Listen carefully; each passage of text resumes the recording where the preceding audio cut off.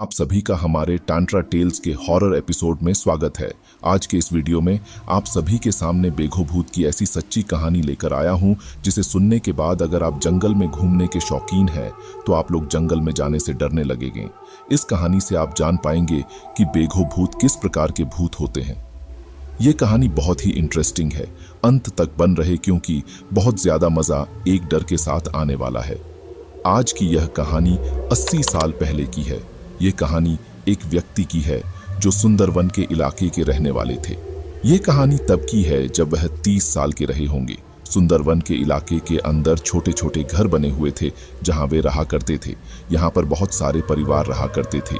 सभी लोग मछुआरे थे और वे लोग अपने परिवार का पालन पोषण मछलियां, लकड़ियां और शहद बेचकर किया करते थे। अब यह जिस इलाके में रहा रहते थे उससे थोड़ी दूर एक नदी थी। उस नदी को पार करके एक जंगल पड़ता था। इस जंगल से शहद अच्छी मात्रा में मिलता था। इस जंगल में लकड़ियां काफी मिलती थीं और उसी तरफ जाकर मछलियां पकड़कर अपने गांव में लेकर आते थे जिसे बेचकर अपने जरूरतों को पूरा करते थे। लेकिन जिस जंगल में जाकर ये सब चीजें लाते थे वह कहीं से भी नॉर्मल नहीं था। दरअसल उस जंगल में घूमता था बहुत सारे आदमखोर बाघ, लेकिन इन लोगों की मजबूरी थी, उन्हें वहां जाकर यह सब लाना ही पड़ता था क्योंकि उनकी यह जीवन शैली का बहुत बड़ा हिस्सा था और उनके पास अपने परिवार का भरण पोषण करने के लिए दूसरा साधन नहीं था।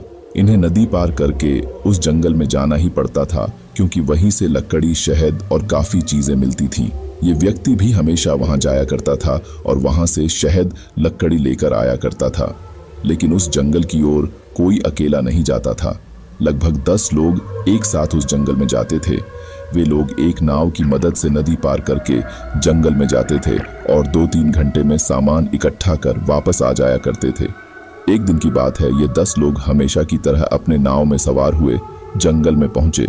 वहां से शहद, लकड़ी, मछलियां पकड़ इकट्ठा किया और लौट ही रहे थे कि उनमें से एक गेंदलाल नाम का आदमी था जिसकी नजर पड़ती है थोड़ी दूर किनारे में पड़े हुए बक्से पर।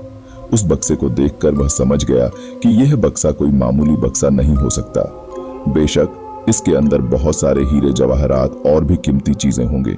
उसने अपने साथियों को बोला कि आ रहा हूं थोड़ी देर में हल्का होकर, आप लोग तब तक सामान लोड करो। ऐसा बहाना मार के उस बक्से तक पहुंचा और उसने हल्के से खोल कर देखा तो उसमें बहुत सारे हीरे जवाहरात भरे थे। उसने यह सोचा कि अगर यह मुझे मिल जाए तो मेरे साथ साथ मेरे कई पीढ़ियों की जिंदगी बदल जाएगी। अगर इसे मैं अभी उठा लिया तो सभी हिस्से मांगने लग जाएंगे और मेरे पास कुछ नहीं बचेगा।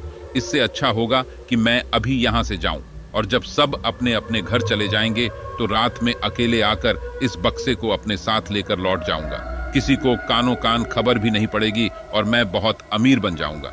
इस बात को लेकर वह बहुत ज्यादा खुश था।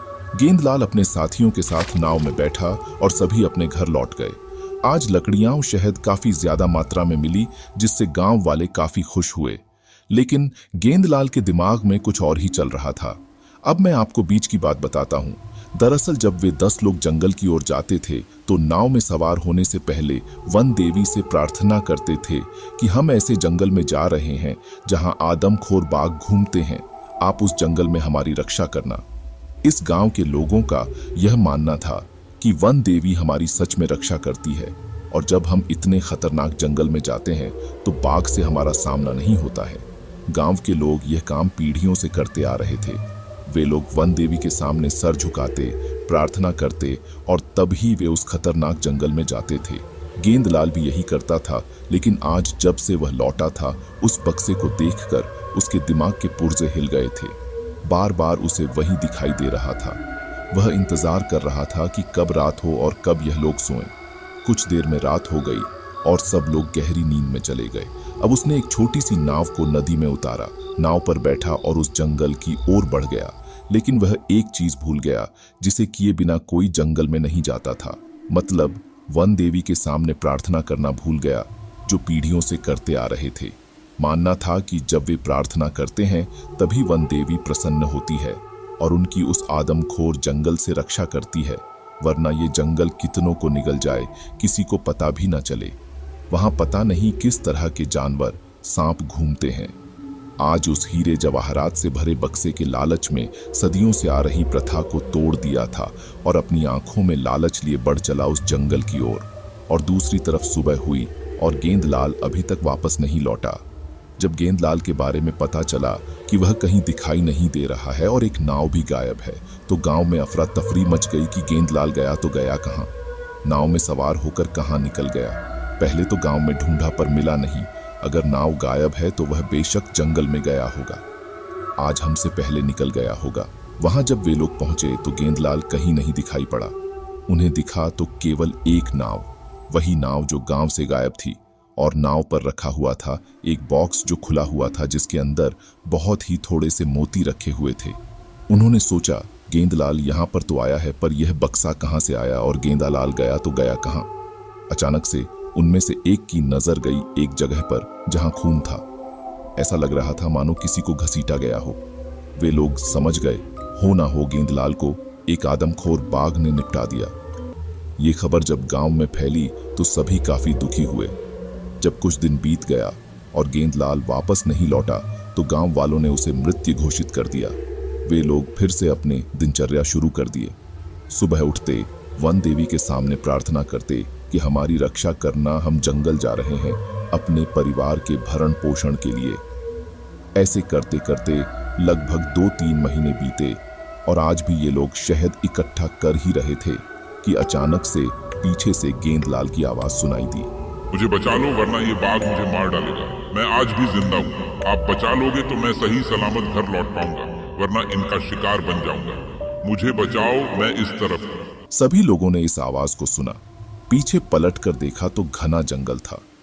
कहां से आवाज आ रही थी यह पता नहीं चल पा रहा था, लेकिन यह पता था कि यह आवाज गेंदलाल की ही है।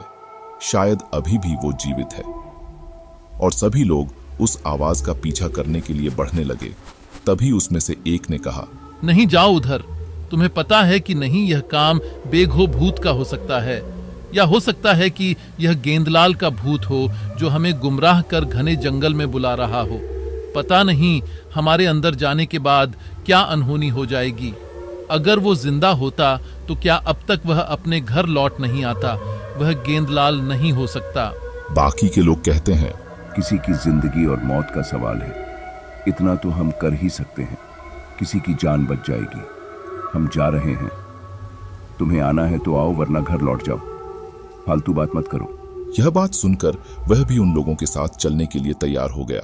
वे सभी अपने हाथों में मसाल, भाला और लाठियां लिए आगे बढ़ चले और गेंदलाल को ढूंढने लगे, पर कोई दिखाई नहीं दे रहा था। वे ढूंढते ढूंढते घने जंगल में पहुंचे और अचानक से नजर पड़ती है एक पेड़ के सामने पड़ी हुई कटी फटी सड़ी गली लाश के ऊपर, जो कि समझ में आ रहा था कि यह गेंदलाल की ही लाश है। तभी पेड़ के पीछे से एक बाघ निकल कर आया। सभी लोग समझ गए जो आवाज आ रही थी यह बेघो भूत की थी। भागो भागो, देखो बेघो भूत ने पकड़ लिया तो जिंदा नहीं छोड़ेगा।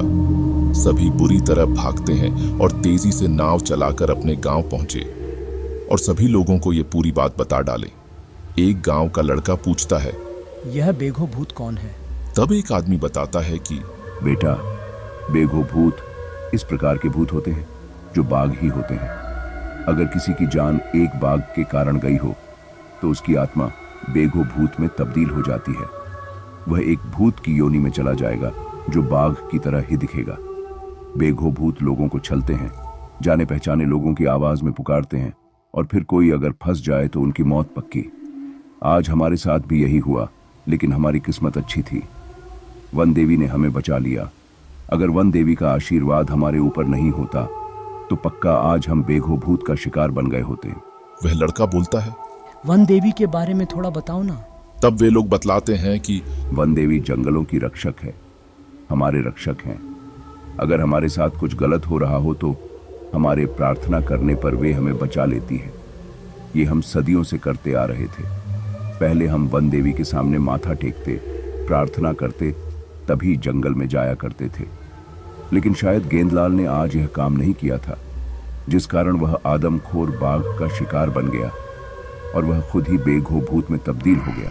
अगर आपको हमारी यह कहानी पसंद आई हो तो कृपया चैनल को लाइक और सब्सक्राइब करें। धन्यवाद।